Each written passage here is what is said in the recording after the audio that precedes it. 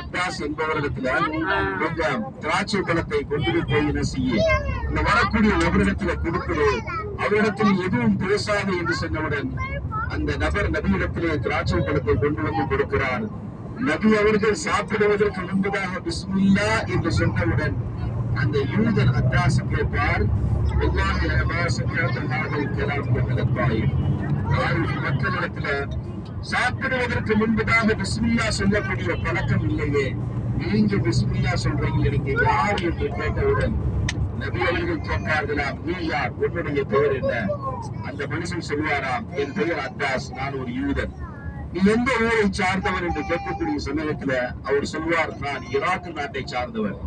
நபி அவர்கள் மீண்டும் கேட்பார்கள், ஈராக்கில் எந்த ஊரை சார்ந்தவர்? நான் நைலோவி என்று சொல்லக்கூடிய கிராமத்தை சார்ந்தவர். உடனே ரசூலுல்லா கேட்பாங்க, உனக்கு யூனுஸ் நபியை பற்றி தெரியுமாப்பா அப்படின்னு சொல்லி. உடனே அந்த யூதனுக்கு ஆச்சரியம் ஏற்படும். எங்கள் சமுதாயத்திற்கு அனுப்பப்பட்ட யூனுஸ் நபியை பற்றி உங்களுக்கு எப்படி தெரியும்?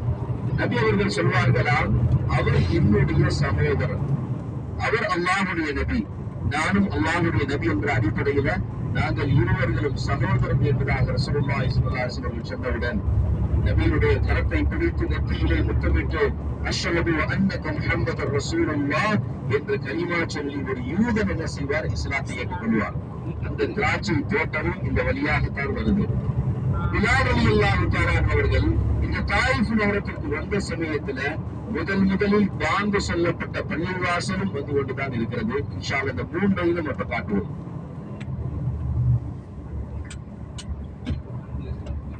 இது நம்ம அந்த ரசூலுல்லாஹ் வரலாறுல வரும். அது ஓகே. இந்த கல் புரியல.